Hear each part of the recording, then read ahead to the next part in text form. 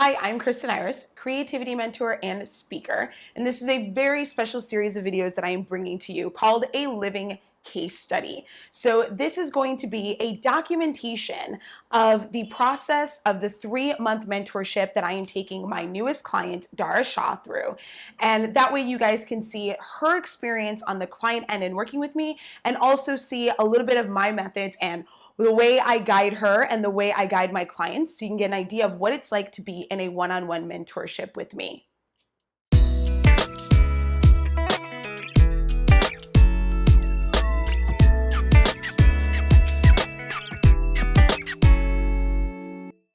This 3-month one-on-one mentorship is a deep dive for creatives of color. I designed the program specifically for you to help you unravel and dismantle from the old oppressive conditionings and beliefs that are holding you back from doing your creative work and from living the life that you really want, and create a paradigm shift in your creative work and in your life, so that by the end of 3 months, you're taking really big action, the kind of action that you wouldn't be taking if you hadn't done that kind of clearing and the big transformation through the 3 months.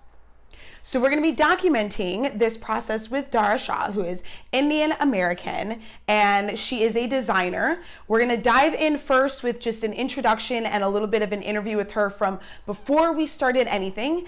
And then we're going to show a little bit of what her insights and gains were after we did the 2-day intensive, which is how I start all of my clients. It is a 2-day intensive that is a deep dive, and I'll explain a little bit more of that later. But for right now, let me introduce you to Dhara Shah. All right. So hi, Dhara. Thanks for joining and for being part of this and sharing your experience. So for those of you who don't know, we actually met at a mutual friend's birthday party. It was just kind of like I don't know, like the universe bringing people together. We met and we got to chatting. So tell us a little bit about you and where you like to play creatively. Like, what kind of creative are you? What do you do creatively in some of your endeavors and goals? Sure.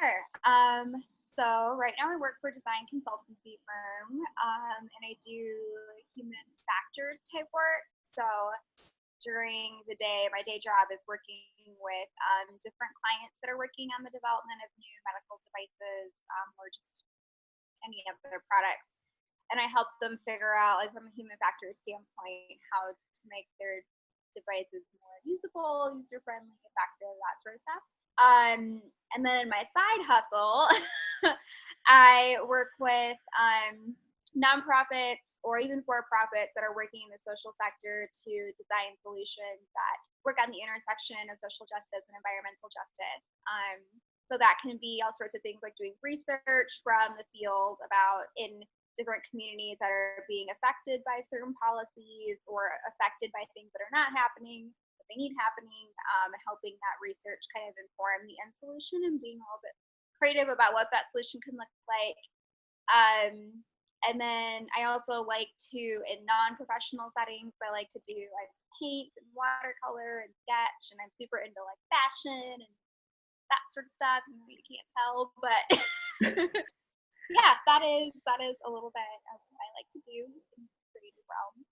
All right, I love that. I love your side hustle and what you're doing with your side hustle. That's such important work.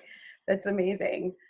So what first, I know we like met at a party and we were just kind of sitting and chatting, but what first attracted you to the idea of working with me?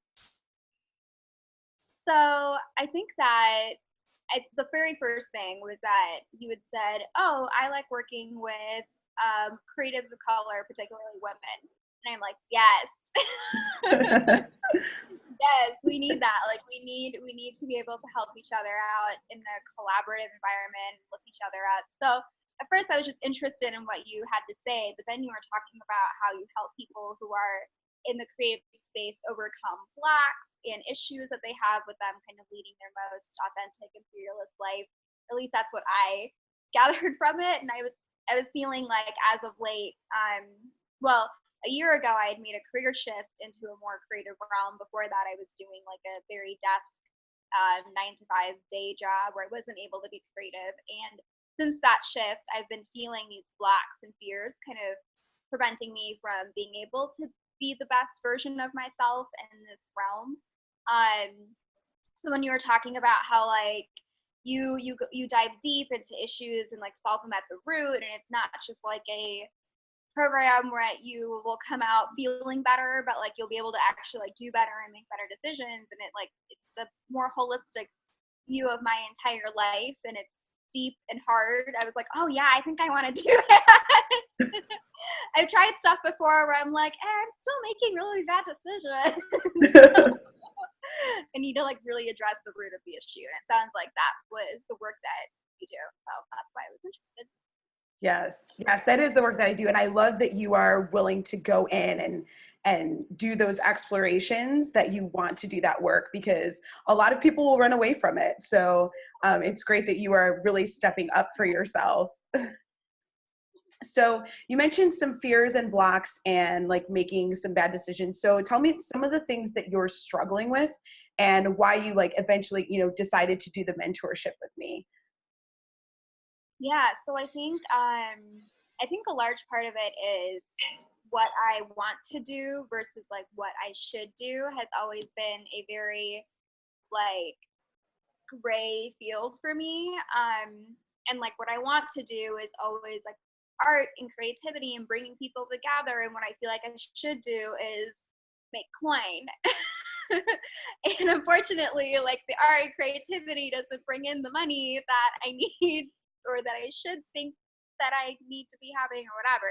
So I feel like I'm constantly making decisions that further my advancement in like a corporate setting or further my advancement so I can be more financially stable, rather than doing like what my passions are, my desires are. And I have a tendency, like even now, even if I've made a decision to quit my job beforehand and do something more creative, like even now I still prioritize my 9 to 5 that brings in money, which it's my day job, so that there's a reason. But it's also like there's I don't know, I'm like stuck and always needing to be in this box, I guess, so to speak. Mhm. I don't know. Okay. Yeah, that makes sense. We're definitely going to work on that. So it sounds like this battle between what you want and sort of like the story you've been told about what you can have with your passion versus what you want to have with your passion, and then kind of following a track that you've been told to follow. So we're definitely going to explore that. So tell me, since this is before we've really even begun and we're about to dive into the 2-day intensive, which is how I start the program, what do you most hope to gain from the next 3 months? Like at the end of 3 months, where is it that you want to be?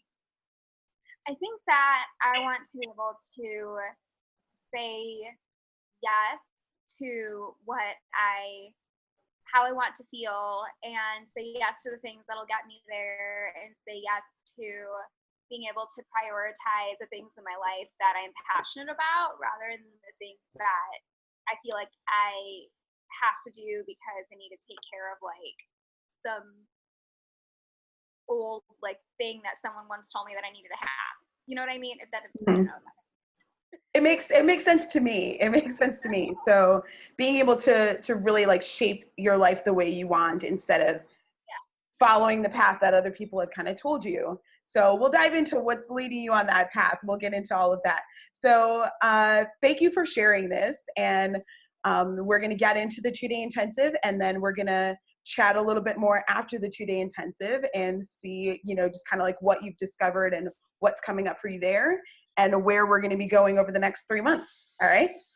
So now that you know a little bit more about Dhara Shah and where she likes to play creatively, what she's looking to gain over these 3 months, we are going to show you a little bit about what insights she gained after the 2-day intensive that we started with. Start all of my clients with this 2-day intensive. It is a deep dive into the old oppressive beliefs and conditioning so we can get down to that root story and get down also to what she needs to start unraveling that root story and changing the patterns that it's created in her life. So you're going to hear a little bit more about that and her talking about the patterns that she discovered in the 2-day intensive. Now, part of the 2-day intensive are 2 things that I want to bring your attention to so that you know what she's talking about when we talk about it, which is the Finding Your Why exercise. This is an exercise I take all of my clients through. It's one of the first things that we do, and it is a way of peeling away the layers of why it is that you do your creative work. And it's really powerful because it gets to the subconscious, like deep down root of what's fueling you, which can be really powerful in connecting you to your really like your core motivation. But it's also a great way to reveal some of the deeper underlying blocks and experiences and conditionings that have actually fueled you into doing your work. So some of the things that you've come up against that you might still even be fighting against that we need to unravel through the 3 months. So you'll hear her talk about some of that. The other thing that we do is a 30-day challenge. Now with every client, this challenge is unique, but there is a task that you have to do every day for 30 days, and then there are consequences and built-in accountability. So for Dhara, she's gonna talk about what her task is for 30 days, why it's so important and why it's going to really help her in this process of dismantling these old beliefs so that she can really step into her art and her design. And also her, to let you know her accountability or her consequences. If she misses any single day of the 30 days, she has to donate $500 to a particular organization that she wholeheartedly does not agree with. So she's very adamant about doing the work. And that's the great thing about this challenge is that built-in accountability helps you to really commit to yourself and builds trust with yourself in continuing to do the work and the steps that you need to. It can be easy to quitting yourself, but when you have those consequences, not so easy to quitting yourself. So it's a great way to really start showing up for yourself in a new way and creating a paradigm shift in how you trust yourself, how you commit to yourself, and how you go about your own agreements with yourself. All right, let's dive in and see what she has to say after our 2-day intensive.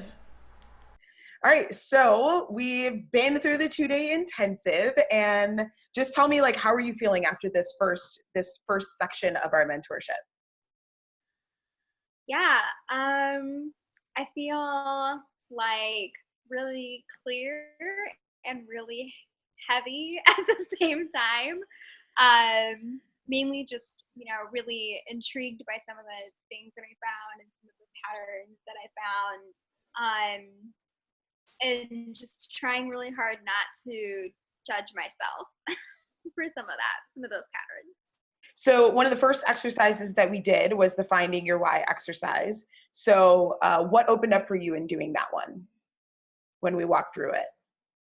I think that specifically in the Finding My Why, a lot of like conditioning that I've had from a very young age has influenced um my like need to specifically do the things that I want to do, and break free from the things that I'm trying to break free from. And I mean, it's like I always kind of knew that, like, oh yeah, this is like a little bit messed up, and this is weird, but I didn't realize quite actually how it's permeated into all these different aspects of my life. I'm looking at and I think the part of the how did you come to know these things and the finding my why was this particularly eye opening because it's like we would dig deeper and deeper and deeper. And I think like a lot of the ways that society is oppressive, especially in Indian culture, with being a woman, and trying to break free from that stigma, and also wanting to help other people break free from that as well, is really what has been coming up. And what's been most interesting is like not only I mean we know that Indian culture is a very patriarchal society, but just like how I and my actions and my decisions reinforce that in my life and maybe other people's lives too, is kind of what came up as eye opening for me. All right, that's a lot. That's what I love about that exercise because it peels away, just like we dive deep into like the oppressive conditionings, it peels away the deeper layers of why it is that you do what you do, like why it is that you design and create art. So that's one of the things I love about, that's one of the reasons why I start with that exercise. So what are just some of the biggest things that you've gained from doing the deep dive? Like you talked a little bit about it before and some of the patterns that you saw, but like what are in us doing that exploration for that first day of the 2 days, like what were some of the biggest things that you gained? I think definitely finding what those patterns are. Like in particular, we talked about like this pattern of needing to be accepted and loved, and how that specific pattern can permeate in any sort of interaction. Like it's not just family, it's not just friends, like it's work, it's, you know, all sorts of professional aspects. And that was super eye-opening, just figuring out like as I was talking to you, I was like, oh my God, that pattern is popping up here too. Like that's really interesting. That was really heavy. I think that the forgiveness exercise that we did yesterday, or on day 2, that was super hard. You know, figuring out, and we kind of talked about this, like not judging yourself, forgiving yourself, like that was very hard to do. And not even judging yourself for the needs that you have is also really difficult, but really necessary. So it was good to do that in a very constructive, supportive environment. But it was, yeah, that was really tough. Was there anything else that surprised you, or any like discoveries or aha moments that you haven't mentioned, like anything else that came up that you're like, oh, this stood out to me? I think what's really interesting is that there's this pattern of like breaking oppression in my culture, but then also like wanting to connect my culture to what I do through like art and design and creativity. And I think that that's like a really interesting area that I want to play a little bit more in. Like, how do I be my most authentic self and also honor the culture and history behind me? So that was the moment where I was like, okay, like where is this coming from? Like, why is this important to me? And trying to merge those two together while also being authentic and free was, yeah, that was all just a really interesting area that I want to learn more about for myself, that like didn't really think about before. Is like, where is this coming from? Now let's talk about your 30-day challenge. So we set you up with a 30-day challenge that was designed to really help you start to live into the need that you have. So in unwriting some of these old patterns, like you said, about acceptance and lovableness. And so your 30-day challenge is? So I'm going to be drawing or sketching every day for 30 days, like one piece of artwork every day for 30 days. Yes. It doesn't seem like, you know, like it would be a challenging thing, but for someone who has pushed down and suppressed my creativity for so long and have been like judging myself on my talent because of that, like the idea of creating something in an artistic way every day for 30 days is like, oh God. I'm really interested to see what sort of feelings while doing it. You know, I feel like there's definitely going to be some like, I need to figure out ways to let go of if I don't make the perfect drawing that day. Like, it's okay. And I really like my accountability stuff. Like, I cannot not do this every day. Like, I have to do this every day. Yes. The more I think of my accountability step, the more I'm like, oh, I really don't want that. So I have to do this every single day. So I'm interested to see what I'll create, but I'm also nervous about some of the feelings are going to pop up as I'm going through the challenge. But that's the point. Yep. Yeah, I mean, and it is like, it's something that's going to help move you into what you need more of, and like self-love and wholeness, but at the same time is going to make some of those other things surface that have been holding you back, those old patterns. And so it creates an environment for you to be able to do that exploration. And like I said, don't worry, I will be there with you for the 30 days. So as things come up, you can chat with me about it.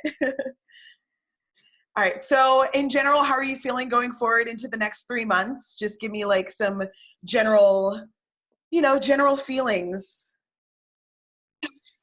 Yeah. I'm scared, but my New Year's resolution for 2018 was to only do scary things, because like that means I'm breaking ground and feelings and exploration that I haven't done before. So I'm definitely a little bit terrified of what I'm going to be encountering with myself, but it's also really necessary. And I'm here for it. It's going to be hard, but I'm here for it. So that's how I'm feeling right now. All right. Well, that's normal. That's a lot of times kind of how it feels in the beginning, is like, oh, okay, there's going to be a lot of things and a lot of exploration, but like you're stepping into it. And that is the courageous step that's going to get you to, where you want at the end of 3 months of like really stepping into your art and into what you want to create. So I'm so excited. I'm excited for everything that's coming, and we'll be checking in a couple weeks to see how things are going and sharing a little bit more then.